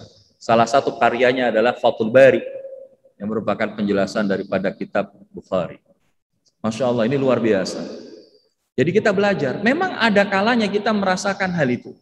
Dalam urusan menghafal Quran itu, diantaranya tadi jauhi maksiat. Yang kedua, hadirkan respon positif. Kalau Allah belum ngasih saya pantas nih, apa yang membuat saya perlu melakukan sebuah amalan yang itu bisa memantaskan Allah ngasih saya kemudahan. Mungkin caranya. Ada orang yang cara belajarnya tuh dengerin, ada yang cara bacanya 20 kali, ada yang kemudian dia baca artinya, fahami, setelah itu baru di store. Bisa juga begitu kan, beragam cara. Nah, pilih cara yang paling nyaman. Dan yang ketiga, minta keberkahan doa orang tua dan guru-guru. Karena bisa jadi salah satu yang menghambat kita itu adalah doa orang tua kita. Ditanya ke orang tua kita, Bu, Pak, saya mohon doanya agar Allah mudahkan. Anak-anak kita di pondok, Pak, Bu, kalau mereka lagi ada masalah tuh kita kerasa. Dan ketika amalan kita nih, baca Qur'annya, ngafalnya kendor, anak-anak kita di pondok juga ngalamin gitu. Mau naik store hafalan itu berat. Tapi begitu kita ngamalin, istri jalanin, yuk kita bantuin anak-anak kita. Nah itu insya Allah, Allah mudahkan. Termasuk tadi keberkahan guru-guru. Guru-guru yang Allah izinkan pemahaman atas dia. Ya mintakan doanya. Mintakan doanya. Boleh nggak kita minta doa sama orang soleh? Ya, karena kita akan melihat soleh itu secara zahir. Kalau secara batin kan hanya Allah yang tahu. Dan yang terakhir adalah jangan pernah menyerah. Jangan pernah menyerah. Hasbunallah wa ni'mal wakil, ni'mal maula wa ni'man nasir, wala haula wala quwata illa billahil aliyil azim. Ketika kita merasa lemah, coba amalkan ini. Yaitu apa tadi? Hasbunallah wa ni'mal wakil, ni'mal maula wa ni'man nasir, wala haula wala quwata illa billahil aliyil azim. Selebihnya hasilnya serahkan kembali kepada Allah. Mudah-mudahan insya Allah ini bisa menambah. Dan salah satunya tadi ya menjaga pergaulan kita ya, para ahli Al-Quran ya perlu bergaul juga dengan yang memiliki kecenderungan yang sama. Karena ketika kemudian kita ya tadi ya mungkin mabar main game online, itu bisa mengurangi kadar hafalan kita. Ya, maksiat, kesia-siaan itu bisa mengurangi kadar hafalan kita. Wallahu a'lam bishawab. Mudah-mudahan Allah jaga para hufaz yang ada di masjid ini, baik imamnya, baik para guru-gurunya, para asatiz, para murid, dan juga para bapak ibu yang insya Allah hari ini hadir di kajian kita. Dan ini kajiannya agak panjang, nggak apa-apa ya, mudah-mudahan nggak kapok. Karena dia aja 5:30 harusnya sudah selesai. Alhamdulillah sekarang 7:15 ya. Mudah-mudahan ini ada manfaatnya. Yang benar datang dari Allah Subhanahu wa taala. Kelemahan al-fakirlah dalam hal menyampaikan, dan kita berdoa kepada Allah Subhanahu wa taala semoga Allah jadikan kefahaman dari apa yang kita pelajari pada pagi hari ini dan dapat kita praktekkan untuk semakin mendekatkan diri kita kepada Allah Subhanahu wa taala. Serta semoga Bapak Ibu baik yang hadir secara offline maupun online dijaga kesehatannya, dirahmati segala harta dan kebaikan amanahnya, serta diistiqomahkan iman Islamnya. Ala hadhihi niyah wa limanajin salihah syai'illahum al-fatihah. A'udzubillahi minasyaitonir rajim. Bismillahirrahmanirrahim. Alhamdulillahirabbil alamin arrahmanir rahim maliki yaumiddin. Iyyaka na'budu wa iyyaka nasta'in ihdinas siratal mustaqim siratal ladzina an'amta 'alaihim ghairil maghdubi 'alaihim waladdallin. Amin. Dan mari kita akhiri dengan kafaratul majlis. Subhanakallahumma wa bihamdika asyhadu an la ilaha illa anta astaghfiruka wa atubu ilaik. Walhamdulillahi rabbil alamin wal afwa minkum wallahu muwaffiq ila aqwamit thoriq. Wassalamu alaikum warahmatullahi wabarakatuh.